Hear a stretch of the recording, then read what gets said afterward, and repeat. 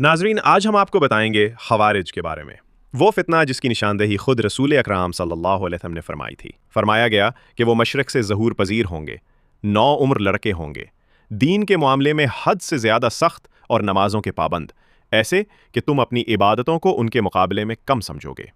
مگر یاد رکھیے، وہ قرآن کو اپنے حق میں دلیل بنائیں گے، مگر قرآن ان کے خلاف گواہی دے گا۔ وہ کفار کے لیے نازل ہونے والی آیات مسلمانوں پر لاگو کریں گے، مسلمانوں کو قتل کریں گے اور کفار کو چھوڑ دیں گے۔